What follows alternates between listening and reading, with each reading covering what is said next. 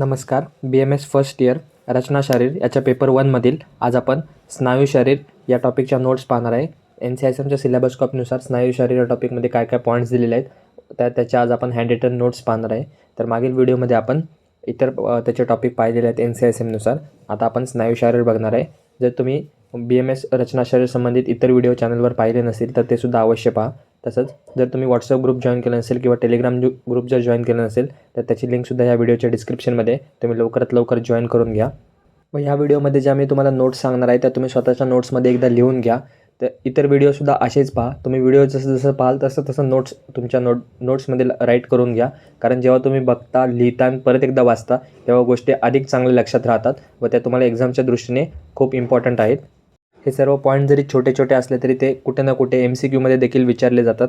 तर त्या दृष्टीने त्यांना पहा. तर हा व्हिडिओ शेवटपर्यंत संपूर्ण पहा व व्यवस्थित ऐका. तर NCISMच्या रचना शारीरच्या सिलेबस कॉपीनुसार तुम्हाला 6व्या नंबरचा टॉपिक आहे तो म्हणजे स्नायू शरीर. तर त्याला तुम्हाला 3 मार्कांचं वेटेज दिलेलं आहे. म्हणजे ह्याच्यावर तुम्हाला MCQच विचारतील. तर आपण MCQसाठी काय काय उपयोगाचं आहे तर त्याची संख्या प्रकार हे सर्व पॉईंट MCQच्या दृष्टीने उपयोगाचे आहेत. तर व्हिडिओमध्ये आपण पुढे ते पाहणारच आहोत. तर तसंच स्नायू शरीरामध्ये डिस्क्राईब स्नायू त्याची डेफिनेशन त्याचं स्ट्रक्चर त्याची संख्या त्याचे प्रकार आणि त्याचं महत्त्व हे तुम्हाला मस्ट टू नोचे पॉईंट आहेत. तर ते आपण पुढे नोट्स पाहूयात. तर स्नायू शरीर त्याची उत्पत्ती स्ना प्लस ऊन अशा प्रकारे स्नायू हा शब्द तयार होतो. त्याचा दोष संबंध मेदाचा उपधातू असल्यामुळे स्नायू हे कफ दोष प्रधान आहे. स्नायू हा मेदाचा उपधातू आहे. त्याची उत्पत्ती मेदसह स्नेहम आदय शिरा स्नायुत्वत उपनायत शिरानाम तू मृदू पाक स्नायूनाम चतत खरं सुश्रुत शारीरमधला श्लोक आहे. त्याच्या उत्पत्तीचा आहे. होत असेल पाठ तर करा नाहीतर वेल अँड गुड.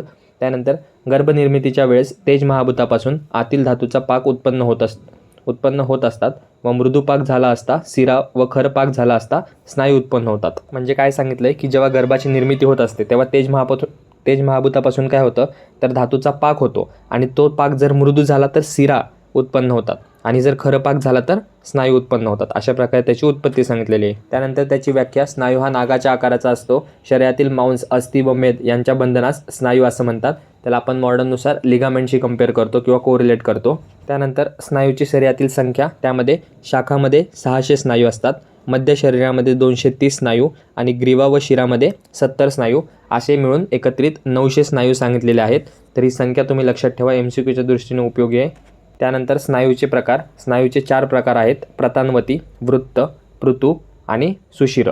तर हे 4 नावंसुद्धा लक्षात ठेवा की विचारू शकतात खालीलपैकी कोणता स्नायूचा प्रकार आहे कोणता नाही तर असे प्रश्न विचारतात. त्यानंतर आता जे आपण 4 प्रकार पाहिले स्नायूचे त्याबद्दल जरा डिटेलमध्ये बघा. प्रतानवती स्नायू चापट व लांब असे स्नायू असतात. शाखा संधी प्रदेशी असतात. म्हणजे ते कसे असतात आणि कुठे असतात तेवढ्या 2 गोष्टी लक्षात ठेवा. वृत्त म्हणजे गोलाकार स्नायू असतात. शाखा यांनाच कंडरा असं म्हणतात.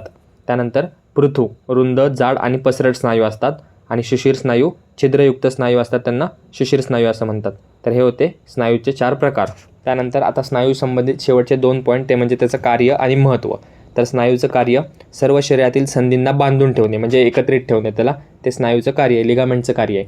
म्हणजे जॉईंट्सला एकत्रित ठेवणे हे लिगामेंटचं कार्य आहे. त्याचं महत्त्व शरीरात जेवढ्या संधी आहेत त्या सर्व स्नायूद्वारे बांधून ठेवलेल्या आहेत म्हणून मनुष्य प्राणी भार सहन करण्यासाठी समर्थ आहे. त्यानंतर स्नायूच्या विकृतीमुळे शरीर अवयव अकर्मण्य बनते. तर काय होतं तर स्नायूची विकृती झाली तर शरीर अवश्य अकर्मण्य बनते. म्हणजे शरीराच्या ठिकाणी हालचाली वगैरे व्यवस्थित होऊ शकणार नाहीत. तर या होत्या स्नायू शरीर संबंधित नोट्स. स्नायू शरीर हा खूप छोटासा पॉईंट होता. त्याच्यावर तुम्हाला 3 मार्कांचं वेटेज दिलेलं आहे. MCQच्या दृष्टीने त्याचा अभ्यास करा. कोणताही प्रकारचा विचारू शकतात. संख्या असेल प्रकार असेल उत्पत्ती किंवा मग महत्त्व तर व्यवस्थित तो छोटासा पॉईंट आहे कवर करा. तसंच नेक्स्ट व्हिडिओमध्ये आपण पेशी शरीर बघणार आहे. हा जर व्हिडिओ तुम्हाला आवडला असेल तर व्हिडिओला लाईक करा. चॅनलला सबस्क्राईब करा. तुमच्या इतर मित्रांमध्ये शेअर करा. त्यांच्यापर्यंत देखील आपला चॅनल पोचला नसेल तर त्यांच्यापर्यंत चॅनल पोचवा. त्यांना चॅनलबद्दल सांगा. आपण भेटूया असंच पुन्हा एका नवीन व्हिडिओमध्ये नवीन टॉपिकसोबत. धन्यवाद.